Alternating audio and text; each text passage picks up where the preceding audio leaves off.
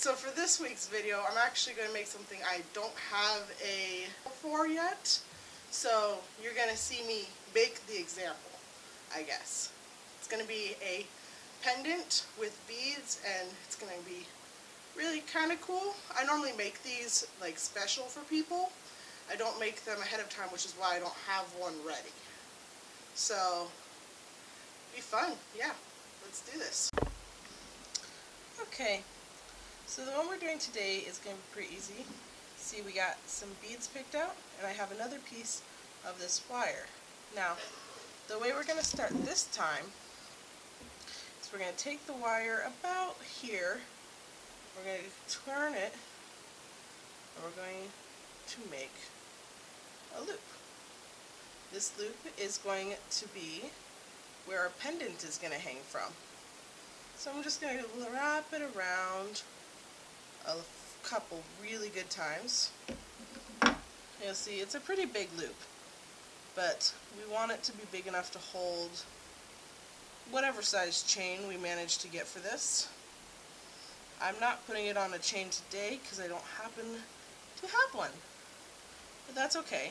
A lot of times you can give them a pendant, maybe they'll have a chain of their own that maybe just doesn't have a pendant on it, and they can put the one you make for them on it, and that's nice too.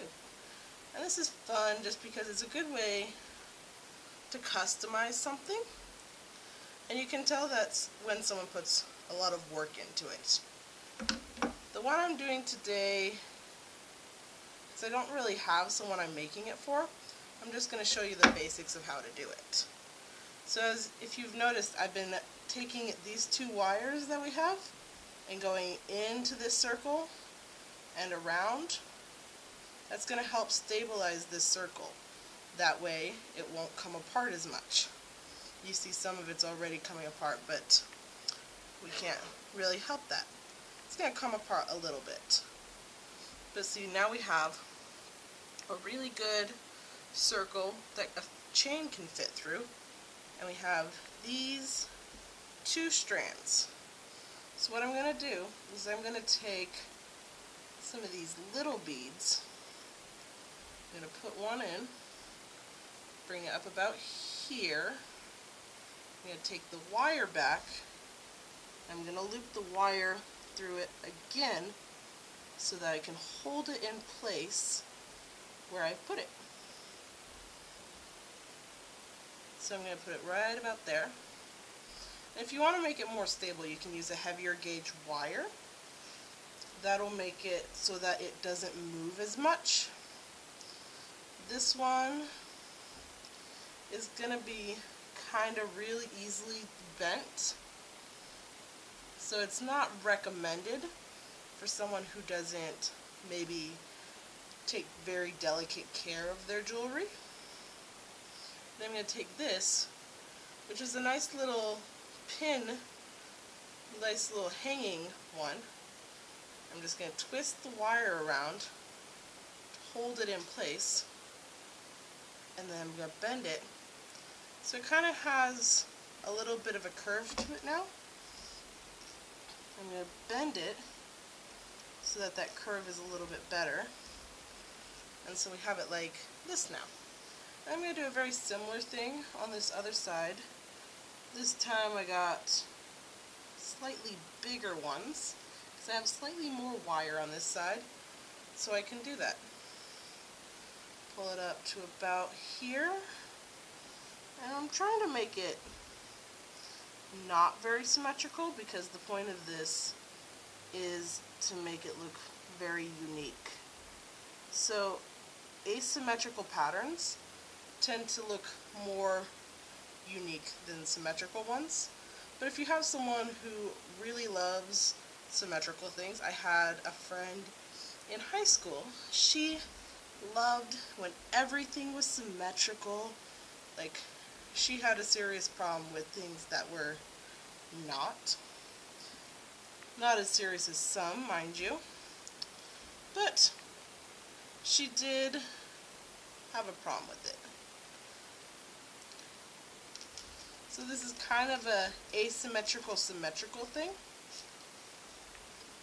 with what's going on. because obviously it's not symmetrical, but it does have a very similar look to both sides, having the same dangly gem on the end with the two round different colored ones. So it's creating balance without being perfectly symmetrical.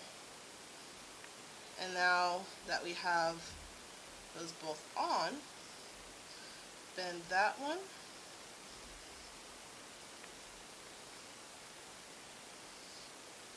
And I kind of don't like how much space we have between those two. So what I'm going to do is I'm just going to take and move it. Which also adds to the asymmetry because I just added a little loop in there. But it's kind of a cool way to get like the curly cues you get when you do cursive, if any of you guys still do cursive. I do on occasion, but I don't do a lot of curly cues because unfortunately normally I just use it for my signature, and my signature doesn't allow for a lot of curly cues. But there is a little pendant that you can make, or you can make your own, because this is a however you want to design it kind of thing. You could even take what's here, and if you wanted to, make it even more interesting, bend these around.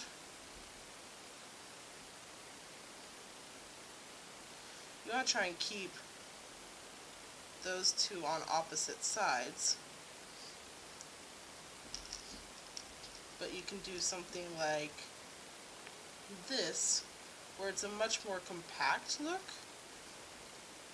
and that'll also make it stronger. The more compact it is, the more it will hold up. So you can see how this is kind of a more maybe realistic look, I guess I should say, for how your pendant will come out. And I know it's a little messy. Again, like I said before, when you're making handmade gifts, the point of it is to be like heartfelt and special and custom to the person you're making it for, not for it to be professional. Because if you're going to go for professional, then you can buy it.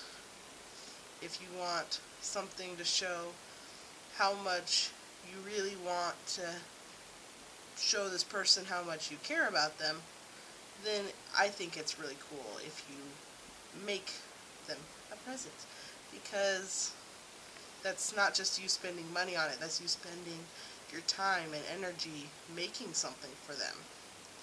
And that is much cooler than saying, here, I spent so much money on this present for you. It's here, I spent so much of my own time thinking of what I wanted to make you.